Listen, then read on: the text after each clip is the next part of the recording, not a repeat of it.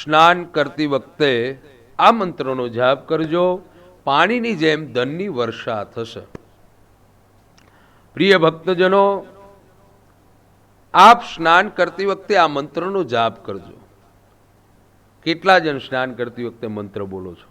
જાણતા જ નથી મહારાજ ક્યાંથી બોલવા. પછી પ્રશ્ન કરે, મહારાજ આટલું બધું કમાઉ છતાં પણ એક સાંધે અને 13 તૂટે એવી હાલત છે, બને છે?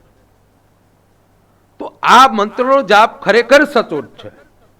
ખરેખર આ મંત્ર જાપ કરવાથી ધનની વર્ષા થાય ને થાય. કયા કારણથી થાય? આપણા વડવાઓને જીવનની શૈલીને જોજો. આપણા વડવાઓ જે જીવન જીવતા હતા એ રૂપરેખાઓને જોજો. આપણા વડવાઓ જેવું જીવન જીવી ગયા એના અનુભવને જોજો.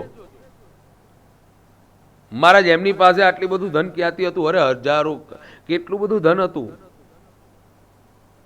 એ છે ને યોગ્ય ધનને પ્રાપ્ત કરીને યોગ્ય મહેનતને વળતર પ્રાપ્ત કરતા હતા. પણ આપણામાં એવી નિપુણતા નથી રહી. સંધ્યાનું ટાણું થાય, વાળુનો સમય પણ નિશ્ચિત એમનો હતો. કામ કરવાનો સમય પણ નિશ્ચિત એમનો હતો.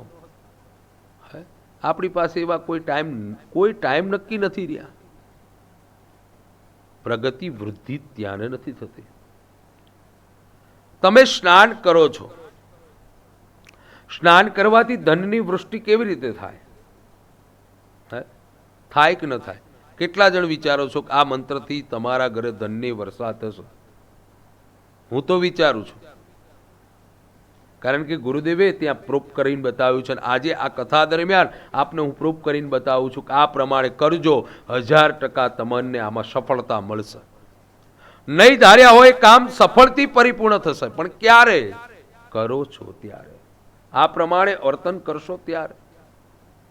સવારમાં ઉઠી એક સુંદર પ્રભાત્યું છે, બહુ ઉત્તમ છે, બહુ મને ગમે છે કે પ્રભાત પડ્યું ને પાંગર્યું મન, મીરા ઝબકીને જાગી રે, ખૂણામાં પડી સાવરણી જાગી, હીલ મધુરા ગાતી રે.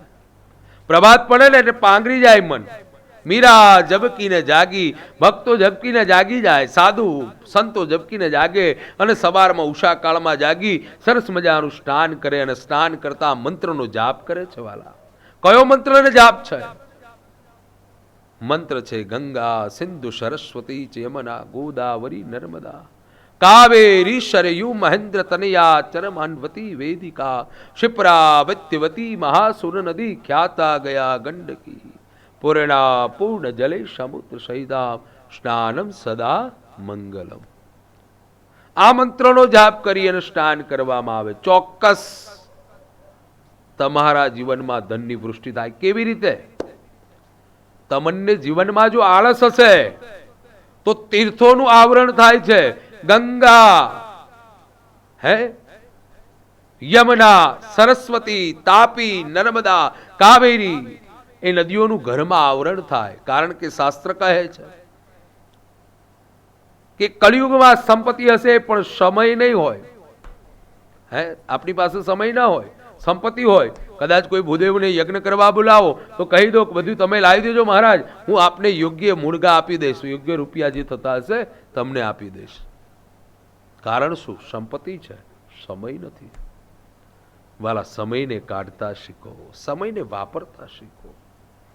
તો આ તીર્થ દેવતાઓનું સવારમાં મંત્ર જાપ થાય, સવારમાં મંત્રનો જાપ થાય, ચોક્કસ ભગવાનનું આવરણ થાય છે. કારણ કે શાસ્ત્ર કહે છે કે જ્યાં તીર્થ છે ત્યાં દેવોનો વાસ છે. વાલા, ગંગાજીમાં નારાયણથી માંડી અને તકડા દેવોનો વાસ રહેલો છે. ગંગાજીમાં બધા જ દેવો પધારે છે. હરિદ્વારમાં ઋષિકેશ, હરિદ્વાર, આનંદ આવી જાય. આપ જાઓ ને તો આનંદ આવે. પણ અત્યારે આ વાત નીકળી એટલે આપને જણાવું કે થોડાક સમય પહેલા હું યજ્ઞમાં ગયો હતો. તો યજ્ઞમાં જઈ અને જ્યાં યજ્ઞની પૂર્ણાહુતિ થઈને પછી મને કીધું, મહારાજ તમે બધા ઘરમાં પગલાં પાડો. એટલે બધી જગ્યાએ ફર્યો અને જે આ પોતાનું જે બાથરૂમ હતું ત્યાં મને લઈ ગયા.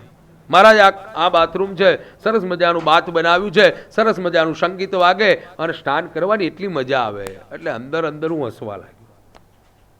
કે તમે સ્નાન કરો છો. આપણું શાસ્ત્ર કહે છે કે આ મંત્રનો જાપ કરવો જોઈએ. તમને કદાચ આ મંત્ર ના આવડે તો સરળ મંત્ર છે. ગંગાઈ નમઃ, યમુનાઈ નમઃ, નર્મદેય નમઃ. આપણે જેને વડવાઓ આપણા ઘરડાઓ ટબલર નહોતા વાપરતા, પ્લાસ્ટિકના ટબલર ન જોઈએ. જેવું અત્યારે બાથરૂમ છે એવું સરસ મજાનું નળ હોય એવું સરસ મજાનું ટબલર જોઈએ. અને પાછું મેચિંગમાં બધી વસ્તુ મેચિંગ જોઈએ. જેટલી આપણે સગવડતાઓને સ્વીકારતા થયા ને એટલા શોર્ટકટને પણ આપણે અપનાવતા થઈ ગયા છે.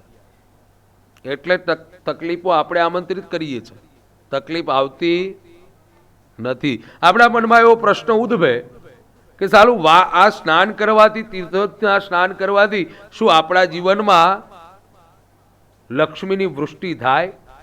ચોક્કસ થાય. કારણ એક, આપ હરિદ્વાર ગયા હશો. કેટલા જણ હરિદ્વાર ગયા છો? હરિદ્વાર જાઓ ને તો તમને 3 સ્વરૂપમાં ભગવાન તમને બનાવે છે. 3 ભગવાન છે, બ્રહ્મા, વિષ્ણુ અને મહેશ. એ ત્રણેય ભગવાનનું સ્વરૂપ તમે બનો છો. કેવી રીતે? સવારમાં સરસ મજાના 4 વાગે આપણે જાગી જઈએ અને જાગી અને માં ગંગાના ચરણ ગંગાજીમાં પધરાવીએ એટલે પહેલું સ્વરૂપ તમારું વિષ્ણુ જેવું થાય કે જેના જમણા પગના અંગૂઠામાં ગંગાજીનો વાસ છે. એ ભગવાન વિષ્ણુનું સ્વરૂપ બનો છો. ત્યાર પછી આપણે પોતાના મનને કળ કરીએ, કારણ કે કડકડતી ઠંડી હોય, એમાં પાછા ગંગાજીના નીર, એમાં પાછી એટલી બધી ઠંડી, અને પછી આપણે એટલા બધા ધરુજતા આપણા મનની ઉપર વિજય પ્રાપ્ત કરી અને જ્યાં ડૂબકી લગાવો, એક જ ડૂબકીમાં તમે મસ્તક સુધી પાણીને, જે ગંગાજળ છે એ તમારા મસ્તકમાં અટકે.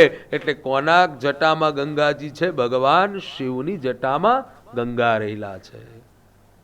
અને પછી આપણે સ્નાન કરી અને આપણા ઘર તરફ વળીએ એટલે આપણે અત્યારે બોટલ થઈ ગઈ ને એ બધા કળશ થઈ ગયા, પણ પહેલા તો કમંડળ હતા. કમંડળમાંથી જલ લઈ અને ગંગાજીનું જલ લઈ અને ભગવાનને અર્પણ થતું હતું ને ઘરે લાવતા હતા. તો બ્રહ્માના કમંડળમાં જળ ગંગાજીનું રહેલું છે. હવે વિચાર કરો, ત્રણેય સ્વરૂપ તમે ખાલી હરિદ્વારમાં જવાથી બનો છો. એ તીર્થોનું જળ ઘરે કેમ ના આવે? પણ તમારું મન પવિત્ર હોય ને. જ્યારે સાસુમાની નથણી ગંગાજીમાં વહુની નથણી પડી હતી, સાસુમાં વઢ્યા, આ બધી કથા તમે જાણતા હશો. અને ગંગાજીને આમંત્રિત કથરોટમાં કર્યા ને તો કથરોટમાં નથણી મળી હતી. એ હરિદ્વાર, એને ઘર ક્યાં? તો પવિત્ર અને શુદ્ધ મન જોઈએ. પવિત્રતા આવે ક્યારે?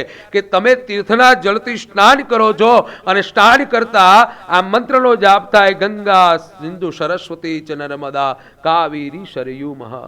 તો આ મંત્રનો જ્યારે જાપ થાય ને, તીર્થ દેવતાઓના મંત્રનો જાપ કરવામાં આવે અને જાપ કરતા કરતા કરતા કરતા તમે સ્નાન કરો, તમારી 5 ઇન્દ્રિયો જાગૃત થાય અને પછી તમારા મનને ઉપર વિજય પ્રાપ્ત કરી લો અને તમારી આળસ 100% છૂટી જાય. અને આળસ ત્યજો ને એટલે સ્વામી વિવેકાનંદનું એક સૂત્ર છે, આળસને ત્યજશો તો તમારા સિદ્ધાંત સુધી તમે, તમારા લક્ષ્ય સુધી તમે પહોંચી શકશો.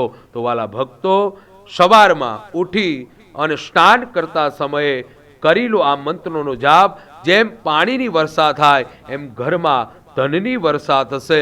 વાલા ભક્તો, વિશેષ માહિતી પ્રાપ્ત કરવા માટે નીચે આવેલા નંબર ઉપર આપ કોન્ટેક્ટ કરી મારી સાથે વાત કરી વિશેષ માહિતી પ્રાપ્ત કરી શકો છો. સાથે સાથે શનિવાર અને રવિવારના દિવસે ભગવાન ભગવતીમાં ઉમિયાના સાનિધ્યે તારાપુર તાલુકો, આણંદ જિલ્લો, મોરજ ગામ, ભગવતી ઉમિયાના સાનિધ્યે સવારે 9 થી બપોરના 12 વાગ્યા સુધી તમે આવી અને મને મળી શકો છો.